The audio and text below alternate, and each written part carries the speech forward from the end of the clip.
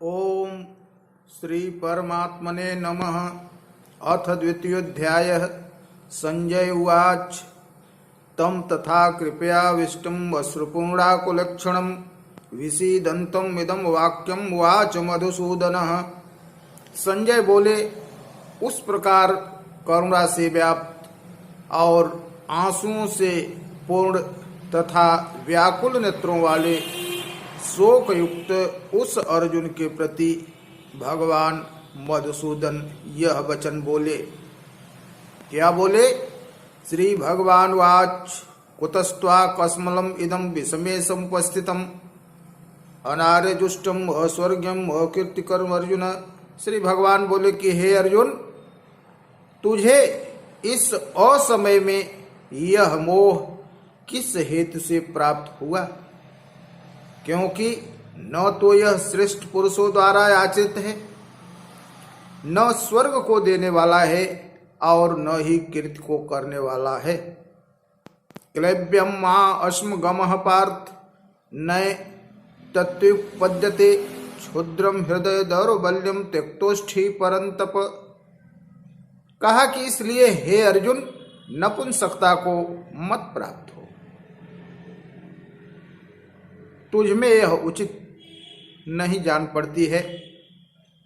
कहा हे परंतप, हृदय की तुच्छ दुर्बलता को त्याग कर युद्ध के लिए खड़ा हो जा। अर्जुन वाच कथम भीष्मम अहम संख्ये द्रोणम च मधुसूदन ईशुभिः प्रतियोत्स्यामि पूजारहा वरिसूदन। अर्जुन बोले कि हे मधुसूदन, मैं रणभूमि में किस प्रकार बाणों से भीष्म पितामह और द्रोणाचार्य के विरुद्ध लड़ूंगा, क्योंकि हे अरिसूदन, वे दोनों ही पूजनीय हैं। गुरुन् हत्वा ही महान भावा श्रेयो भोक्तुम भैक्षपमीह लोके हत्वार्थ कामांस तु गुरुन्यैव भुंजीय भोगान रुधिर प्रतिग्धान। इसलिए इन महान भाव गुरुजनों को न मारकर मैं इस लोक में भिक्षा का अन्न खाना भी कल्याणकारक समझता हूँ, क्योंकि गुरुजनों को मारकर भी इस लोक में रुधिर से सने हुए अर्थ और काम रूप भोगों को ही तो भोगूंगा। न चद्विद्मः कतरन्नो गरीयो यदवा जयेम यदि वा नो जयेयुः यानेव हत्या न जिजीविषाम ते वस्थिताः प्रमुखे धार्तराष्ट्राः। कहते हैं कि यह भी नहीं पता कि हमारे लिए युद्ध करना और न करना दोनों में से कौन सा श्रेष्ठ है, अथवा यह भी नहीं जानते कि उन्हें हम जीतेंगे या वह हमको जीतेंगे। और जिनको मारकर हम जीना भी नहीं चाहते, वे ही हमारे आत्मीय धृतराष्ट्र के पुत्र हमारे सामने मुकाबले में खड़े हैं। कार्पण्य दोषोपहत स्वभावः पृच्छामि त्वां धर्म सम्मूढ़ चेता यच्छ्रेयः स्यात् निश्चितं ब्रूहि तन्मे शिष्यस्ते हम साधि माम त्वाम प्रपन्नम। इसलिए कायरता रूपी दोष से उपहत हुए स्वभाव वाला तथा धर्म के विषय में मोहित चित्त हुआ मैं आपसे पूछता हूं कि जो साधन निश्चित रूप से कल्याणकारक हो वह मेरे लिए कहिए, क्योंकि मैं आपका शिष्य हूं।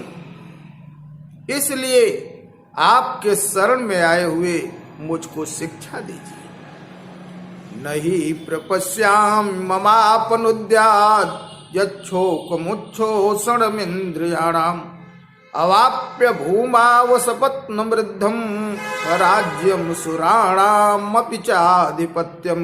क्योंकि कहा कि भूमि में निष्कंटक धन धान्य से संपन्न राज्य और देवताओं के स्वामीपन को पाकर भी मैं उस उपाय को नहीं देखता जो मेरी इंद्रियों के सुखाने वाले शोक को दूर कर सके। संजय उवाच एवं उक्त्वा ऋषिकेशम गुडाकेशः परन्तप न योतस्य इति गोविंदम उक्त्वा तुष्णीं बभूवः। संजय बोले, हे राजन, निद्रा को जीत लेने वाले अर्जुन अंतर्यामी भगवान श्री कृष्ण महाराज के प्रति इस प्रकार कहकर फिर श्री गोविंद भगवान से युद्ध नहीं करूंगा यह स्पष्ट कहकर के चुप हो गए।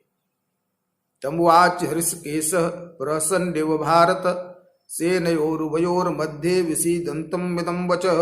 हे भरतवंशी धृतराष्ट्र, अंतर्यामी श्री कृष्ण महाराज दोनों सेनाओं के बीच में शोक करते हुए उस अर्जुन को हंसते हुए से यह वचन बोले।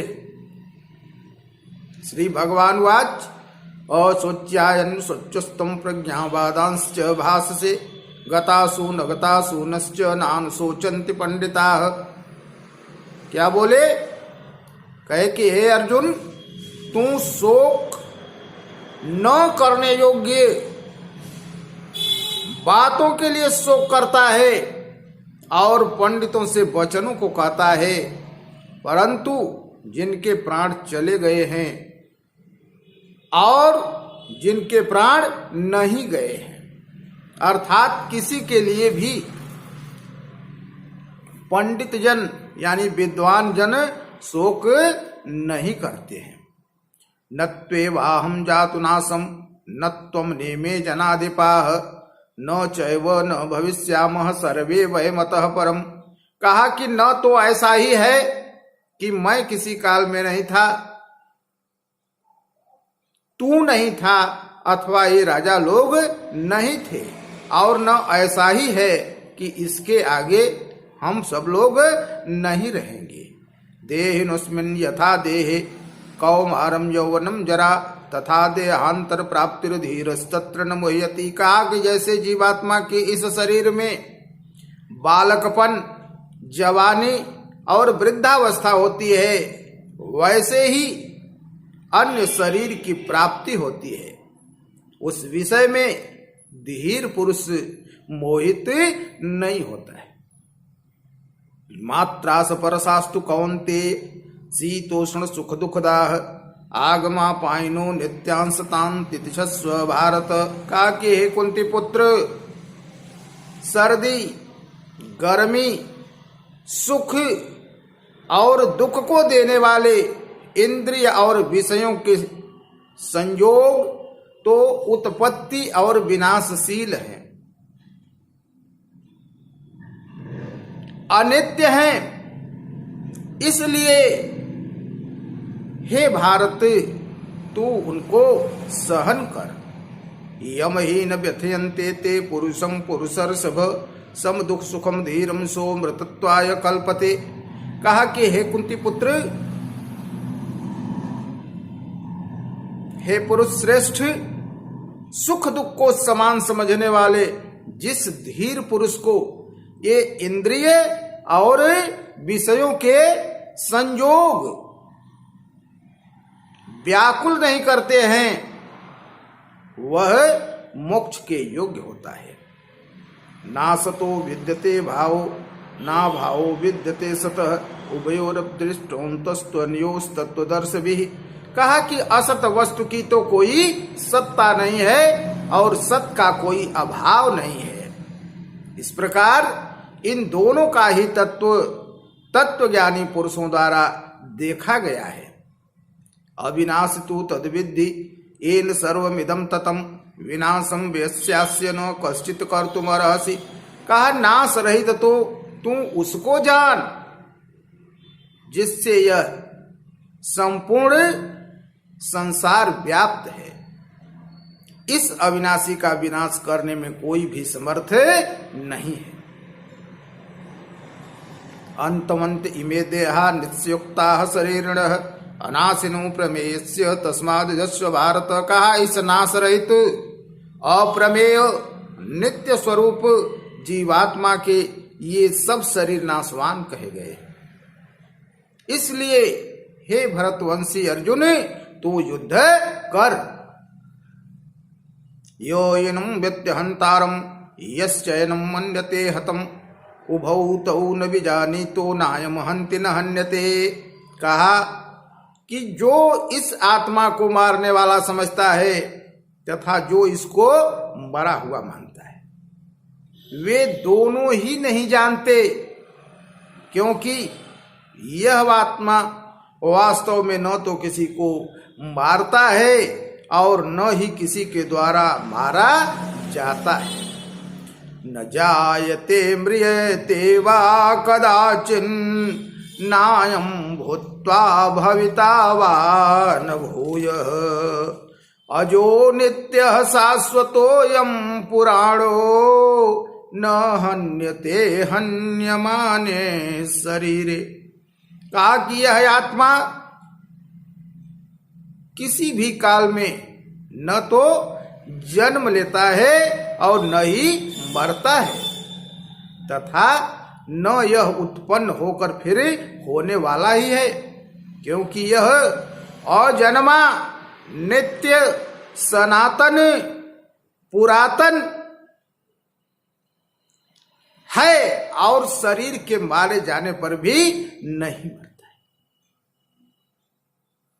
वेदा विनाशिनम नित्यम य एनमजमव्ययम कथम स पुरुष पार्थ कम घातयति हंतिकम। कहा कि हे पृथापुत्र अर्जुन, जो पुरुष इस आत्मा को नाश रहित नित्य अजन्मा और अव्यय जानता है, वह पुरुष कैसे किसको मरवाता है और कैसे किसको मारता है।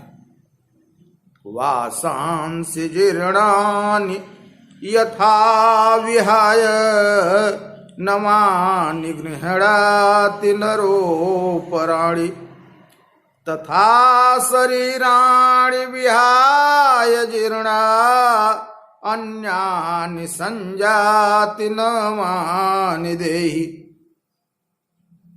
जैसे मनुष्य पुराने वस्त्रों को त्याग कर दूसरे नए वस्त्रों को ग्रहण करता है, वैसे ही जीवात्मा पुराने शरीर को त्याग कर दूसरे नए शरीर को प्राप्त होता है।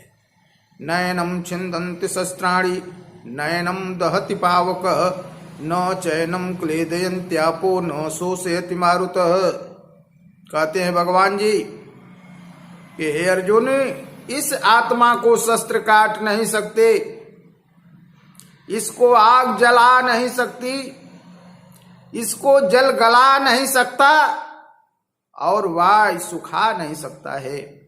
अछेद्यो यम दाह्यो यम क्लेद्यो स्वस्यैव च नित्यः सर्वगतः अस्थाणुर्चलो यम सनातनः। क्योंकि यह आत्मा अछेद्य है, यह आत्मा अदाह्य है, अक्लेद्य है और निःसंदेह अशोष्य है,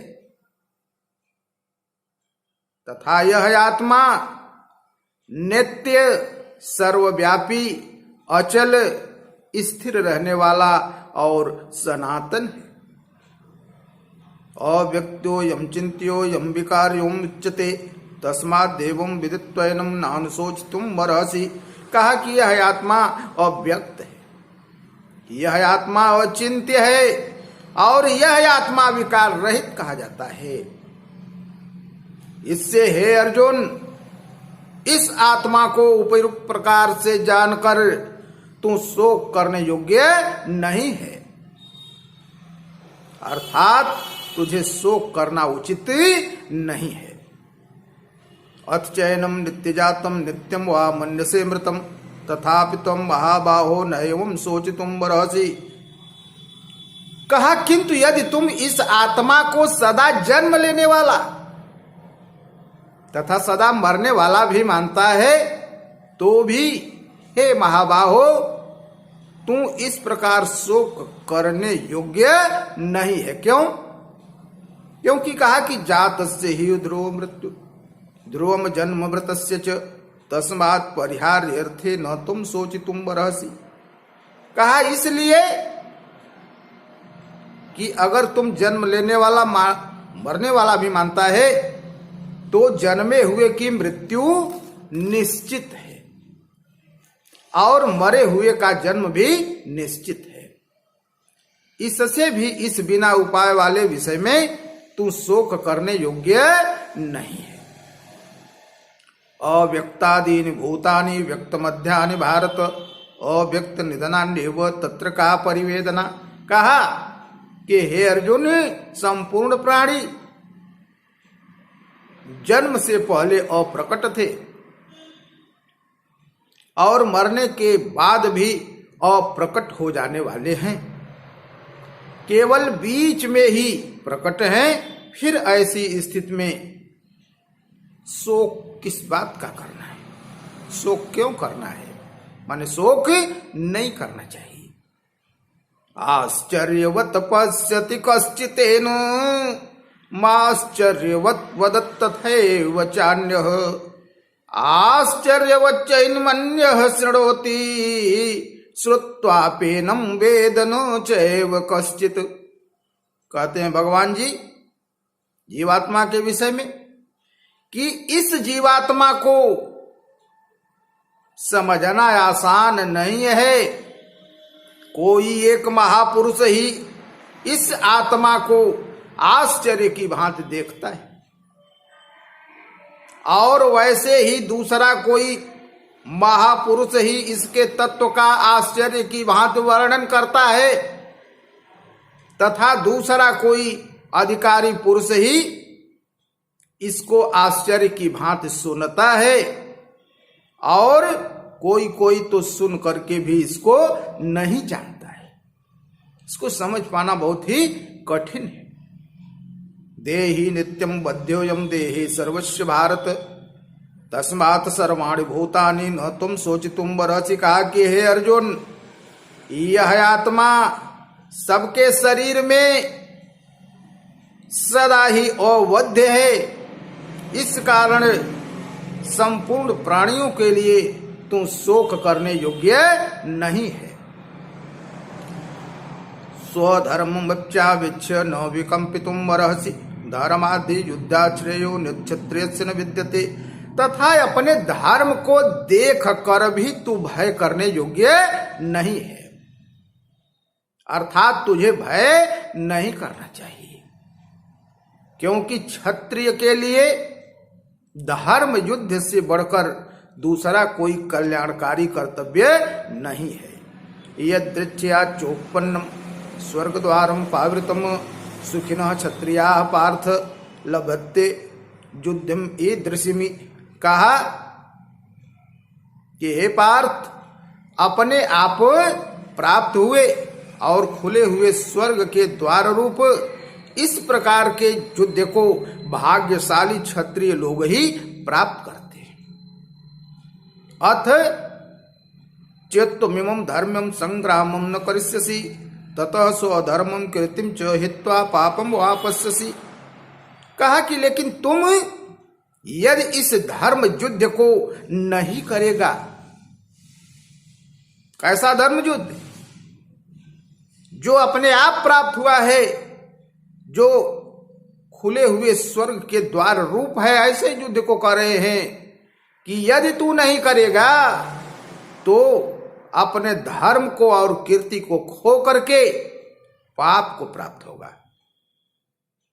अकृत्रिम चापि भूतानि कथयिष्यन्ति तेभ्याम संभावितस्य चा कीर्तिर मरणादतिरिच्यते। कहते हैं इतना ही नहीं होगा, सब लोग तुम्हारी बहुत काल तक रहने वाली अपकीर्ति का कथन करेंगे, बहुत काल तक तुम्हारा अपयश लोग कहते रहेंगे और मानवीय पुरुष के लिए अपकीर्ति अपयश मरण से भी बढ़ करके है।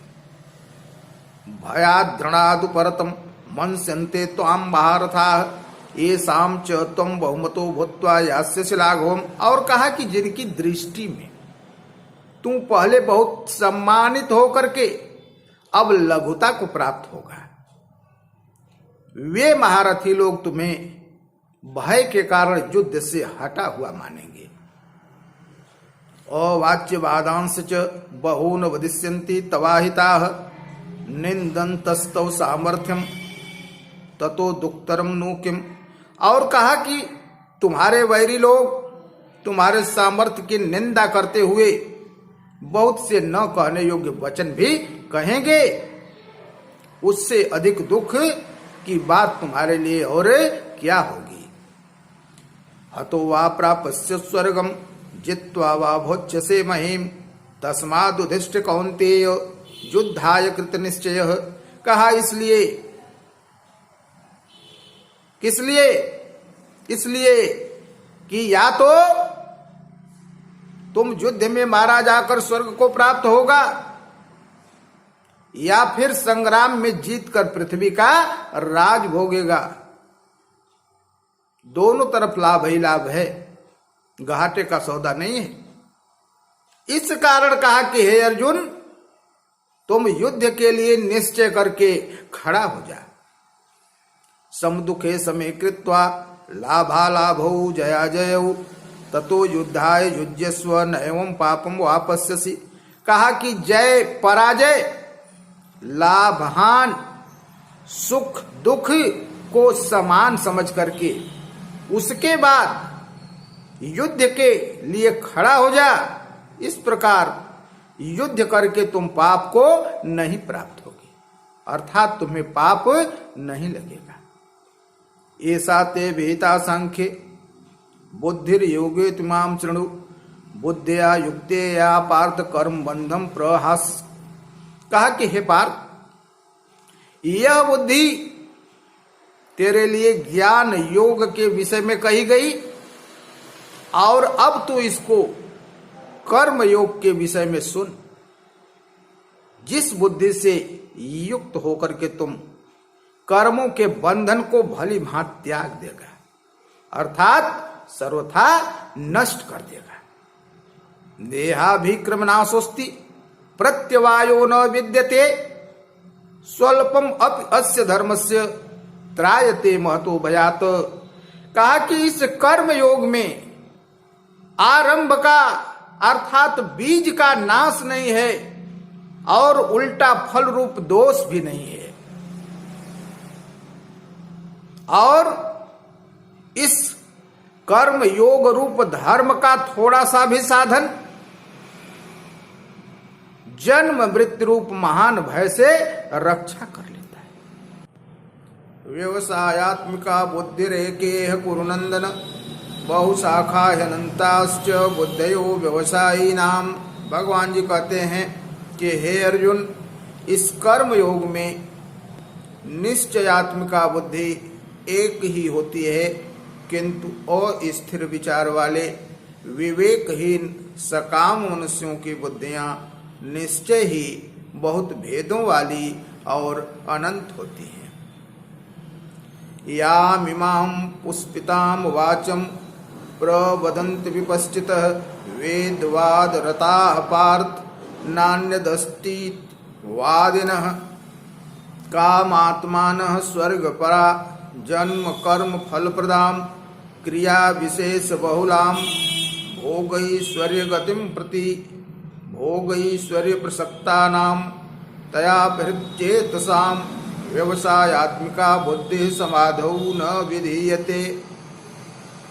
कहा कि हे अर्जुन, जो भोगों में तन्मय हो रहे हैं, जो कर्म के प्रशंसक वेद वाक्यों में ही प्रीति रखते हैं, जिनकी बुद्धि में स्वर्ग ही परम प्राप्य वस्तु है और जो स्वर्ग से बढ़कर दूसरी कोई वस्तु नहीं है, ऐसा कहने वाले हैं, वे अविवेकी जन इस प्रकार की जिस पुष्पित अर्थात दिखाऊ शोभा से युक्त वाणी को कहा करते हैं, जो कि जन्म रूप कर्म फल को देने वाली एवं भोग तथा ऐश्वर्य की प्राप्ति के लिए नाना प्रकार की बहुत सी क्रियाओं का वर्णन करने वाली है।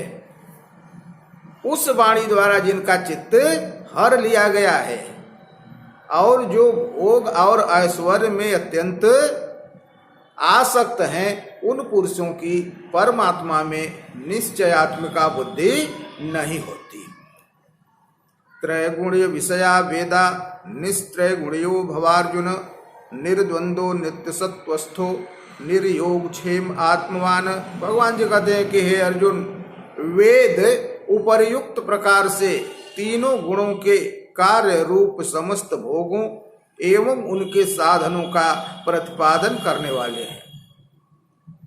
इसलिए तुम उन भोगों एवं उनके साधनों में आसक्तिहीन, हर्ष शोक आदि द्वंद्वों से रहित, नित्य वस्तु परमात्मा में स्थित, योग क्षेम को न चाहने वाला और स्वाधीन अंतःकरण वाला हो। यावानर्थ उद्पाने सर्वतः संप्लुतोदके तावान सर्वेषु वेदेषु ब्राह्मणस्य विजानतः। भगवान जी ने कहा कि हे अर्जुन, सब ओर से परिपूर्ण जलाशय के प्राप्त हो जाने पर मनुष्य का छोटे जलाशय से जितना प्रयोजन रह जाता है, ब्रह्म को तत्व से जान लेने वाले ब्राह्मण का, माने ज्ञानी का, समस्त वेदों से भी उतना ही प्रयोजन रहता है। कर्मण्येवाधिकारस्ते मां फलेषु कदाचन मां कर्म फल हेतुर्भुर्मा ते संगुष्त्व कर्मणि। तेरा कर्म करने में ही अधिकार है, उसके फलों में कभी नहीं। इसलिए तुम कर्मों के फल का हेतु मत हो तथा तेरी कर्म न करने में भी आसक्ति न हो। योगस्थ कुरु कर्माणि संगम त्यक्त्वा धनंजय सिद्धय सिद्धयोः समो भूत्वा समत्वम योग उच्यते। हे धनंजय, तू आसक्ति को त्याग कर तथा सिद्धि और असिद्धि में समान बुद्धि वाला होकर योग में स्थित हुआ कर्तव्य कर्मों को कर, क्योंकि समत्व ही योग कहा जाता है। दूरेण ह्यवरम कर्म बुद्धि योगा धनंजय बुद्धौ शरणम अनविच्छ कृपणाः फल हेतवः। इस समत्व रूप बुद्धि योग से सकाम कर्म अत्यंत निम्न श्रेणी का है। इसलिए हे धनंजय, तू सम बुद्धि में ही रक्षा का उपाय ढूंढ, अर्थात बुद्धि योग का ही आश्रय ग्रहण कर, क्योंकि फल के हेतु बनने वाले अत्यंत दीन हो। बुद्धि युक्तो जहातीह उभे सुकृत दुष्कृते तस्मात् योगाय युज्यस्व योगः कर्मसु कौशलम। कहा कि सम बुद्धि से युक्त पुरुष पुण्य और पाप दोनों को इसी लोक में त्याग देता है, अर्थात उनसे मुक्त हो जाता है। इससे तू समत्व रूप योग में लग जा। यह समत्व रूप योग ही कर्मों में कुशलता है, अर्थात कर्म बंधन से छूटने का उपाय है। कर्मजम बुद्धि युक्ता ही फलम त्यक्त्वा मनीषिणः जन्म बंध विनिर्मुक्ताः पदम गच्छन्त्यनामयम्। क्योंकि सम बुद्धि से युक्त ज्ञानी जन कर्मों से उत्पन्न होने वाले फल को त्याग कर जन्म रूप बंधन से मुक्त होकर निर्विकार परम पद को प्राप्त हो जाते हैं। यदा ते मोह कलिलम बुद्धिर व्यतितरिष्यति तदा गंतासि निर्वेदम श्रोतव्यस्य श्रुतस्य च। कहा कि हे अर्जुन, जिस काल तेरी बुद्धि मोह रूप दलदल को भरी भांति पार हो जाएगी, उस समय तू सुने हुए और सुनने में आने वाले इस लोक और परलोक संबंधी सभी भोगों से वैराग्य को प्राप्त हो जाएगा। श्रुति विप्रतिपन्ना ते यदा स्थास्यस निश्चला समाधा वचला बुद्धिस्तदा योगम वापस्यति। कहते हैं कि श्रुति विप्रतिपन्ना मतलब भांत भांत प्रकार के वचनों को सुनने से विचलित हुई। तुम्हारी बुद्धि जब परमात्मा में अचल और स्थिर ठहर जाएगी तब तू योग को प्राप्त हो जाएगा, अर्थात तेरा परमात्मा से नित्य संयोग हो जाएगा। अर्जुन उवाच, अर्जुन ने कहा कि स्थित प्रज्ञस्य का भाषा समाधिस्थस्य केशव स्थित देह किम प्रभासेत किमासीत ब्रजेत किम। अर्जुन बोले, हे केशव, समाधि में स्थित परमात्मा को प्राप्त हुए स्थिर बुद्धि पुरुष का क्या लक्षण है? वह स्थिर बुद्धि पुरुष कैसे बोलता है, कैसे बैठता है और कैसे चलता है? श्री भगवान वाच, भगवान जी ने कहा कि प्रजहात यदा कामान सर्वान पार्थ मनोगतान आत्मन्येवात्मना तुष्टः स्थित प्रज्ञस्तदुच्यते। कि हे अर्जुन, जिस काल में यह पुरुष मन में स्थित संपूर्ण कामनाओं को भली भांति त्याग देता है और आत्मा से आत्मा में ही संतुष्ट रहता है, उस काल में वह स्थित प्रज्ञ कहा जाता है। दुखेषु अनुविघ्न मनाः सुखेषु विगत स्पृहः वीतराग भय क्रोध स्थित धीर मुनिरुच्यते। दुखों की प्राप्ति होने पर जिसके मन में उद्वेग नहीं होता है, सुखों की प्राप्ति में जो सर्वथा निष्प्रिय रहता है, तथा जिसको राग भय और क्रोध नष्ट हो गए हैं, ऐसा मुनि स्थिर बुद्धि कहा जाता है। यह सर्वत्र अनभिस्नेहस्तत्तत् प्राप्य शुभाशुभम नाभिनंदति न द्वेष्टि तस्य प्रज्ञा प्रतिष्ठिता। जो पुरुष सर्वत्र स्नेह रहित हुआ, उस शुभ या अशुभ वस्तु को पाकर न तो प्रसन्न होता है और न द्वेष करता है, उसकी बुद्धि स्थिर है।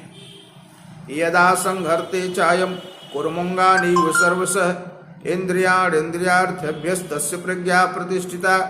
और कछुआ जैसे सब ओर से अपने अंगों को समेट लेता है, वैसे ही जब यह पुरुष इंद्रियों के विषयों से इंद्रियों को सब प्रकार से हटा लेता है, तब उसकी बुद्धि स्थिर है, ऐसा समझना चाहिए। विषया विनिवर्तन्ते निराहारस्य देहिनः रसवर्जम रसोप्यस्य परम दृष्ट्वा निवर्तते।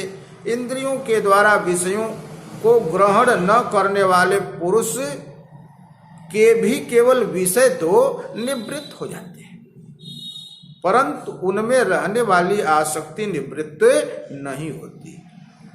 इस स्थित प्रज्ञ पुरुष की तो आसक्ति भी परमात्मा का साक्षात्कार करके निवृत्त हो जाती है। यततो ह्यपि कौन्तेय पुरुषस्य विपश्चितः इंद्रियाणि प्रमाथीन हरन्ति प्रसभं मनः। हे अर्जुन, आसक्ति का नाश न होने के कारण ये प्रमथन स्वभाव वाली इंद्रियां यत्न करते हुए बुद्धिमान पुरुष के मन को भी बलात् हर लेती हैं।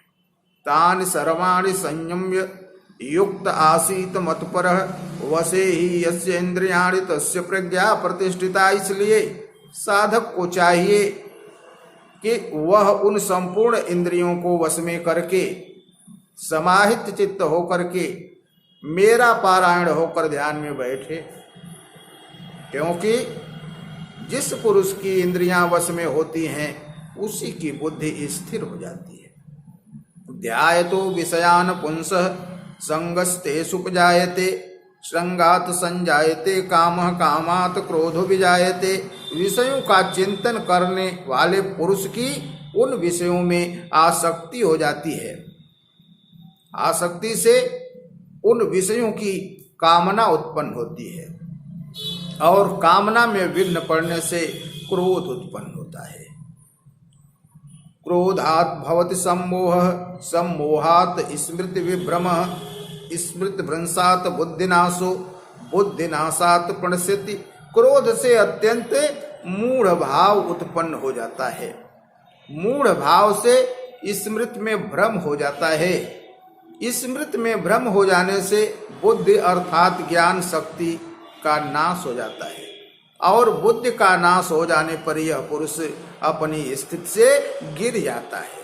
यानी आदमी तब आदमी नहीं रह जाता है, इंसान इंसान नहीं रह जाता है। राग द्वेष वियुक्तस्तु विषया निंद्रैश्चरन् आत्मवशैर्विधेयात्मा प्रसादम अधिगच्छति। परंतु अपने अधीन किए हुए अंतःकरण वाला साधक अपने वश में की हुई राग द्वेष से रहित इंद्रियों द्वारा विषयों में विचरण करता हुआ अंतःकरण की प्रसन्नता को प्राप्त होता है। प्रसादे सर्व दुखानां हानिरस्युपजायते प्रसन्न चेतसो यासु बुद्धि परेवतिष्ठते। अंतःकरण की प्रसन्नता होने पर इसके संपूर्ण दुखों का अभाव हो जाता है और उस प्रसन्न चित्त वाले कर्म योगी की बुद्धि सब ओर से हटकर एक परमात्मा में ही भली भांति स्थिर हो जाती है। नास्ति बुद्धिर्युक्तस्य न चायुक्तस्य भावना न च भावयतः शांतिर्शांतस्य कुतः सुखम।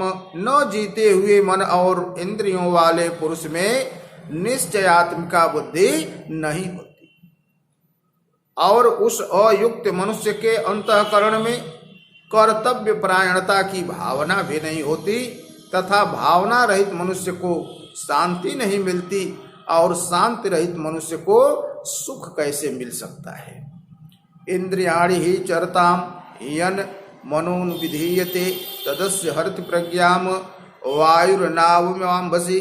कि जैसे जल में विचरण करने वाली, जल में चलने वाली नाव को वायु हर लेती है, वैसे ही विषयों में विचरण कर रही इंद्रियों में से मन जिस इंद्रिय के साथ रहता है वह एक ही इंद्रिय इस अयुक्त पुरुष के बुद्धि को हर लेती है। तस्मात् यस्य महाबाहो निगृहीतानि सर्वशः इंद्रियाणि इंद्रियार्थभ्यस्तस्य प्रज्ञा प्रतिष्ठिता। इसलिए हे महाबाहो, जिस पुरुष की इंद्रियां इंद्रियों के विषयों से सब प्रकार निग्रह की हुई है उसी की बुद्धि स्थिर है। या निशा सर्वभूतानां तस्याम जागर्ति संयमी यस्याम जागृति भूतानि सा निशा पश्यतो मुनेः। संपूर्ण प्राणियों के लिए जो रात्रि के समान है उस नित्य ज्ञान स्वरूप परमानंद की प्राप्ति में स्थित प्रज्ञ योगी जागता है। कहते हैं कि जो संपूर्ण प्राणियों के लिए रात्रि के समान है उसमें जो स्थिर प्रज्ञ पुरुष होता है यानी जो योगी है वो जागता है। और जिस नाशवान सांसारिक सुख की प्राप्ति में सब प्राणी जागते हैं, परमात्मा के तत्व को जानने वाला मुनि जो है वह उसको रात समझता है, यानी उसके लिए वह रात के समान है। आपूर्यमाणम अचल प्रतिष्ठम समुद्रमापः प्रविशन्ति यद्वत् तद्वत् कामायम प्रविशन्ति सर्वे स शान्तमाप्नोति न काम कामी। जैसे नाना नदियों का जल सब ओर से परिपूर्ण अचल प्रतिष्ठा वाले समुद्र में बिना उसको विचलित किए हुए ही समा जाता है, वैसे ही सब भोग जिस स्थित प्रज्ञ पुरुष में बिना किसी प्रकार का विकार उत्पन्न किए हुए ही समा जाते हैं, वही पुरुष परम शांति को प्राप्त होता है। भोगों को चाहने वाला कभी शांति को प्राप्त नहीं होता है। विहाय कामान्य सर्वान् पुमांस चरति निष्प्रिय निर्ममो निरहंकार स शांतिम अधिगच्छति। जो पुरुष संपूर्ण कामनाओं को त्याग कर ममता रहित, अहंकार रहित और इस प्रिया रहित हुआ विचरता है वही शांति को प्राप्त होता है, अर्थात वह शांति को प्राप्त। ऐसा ब्राह्मी स्थित ध्येय प्रार्थ नयनाम प्राप्य वहयति स्थित्वा श्यामंत कालेपि ब्रह्म निर्वाणम रिच्यति। का है अर्जुन, यह ब्रह्म को प्राप्त हुए पुरुष की स्थिति है, इसको प्राप्त होकर योगी कभी मोहित नहीं होता और अंत काल में भी इस ब्राह्मी स्थिति में स्थित होकर ब्रह्मानंद को प्राप्त हो जाता है। ओम तत्दित श्रीमद्भगवद गीता ब्रह्म विद्यानाम योग शास्त्र श्री कृष्णार्जुन संवादे सांख्य योगो नाम द्वितीयोध्याय। राधे राधे।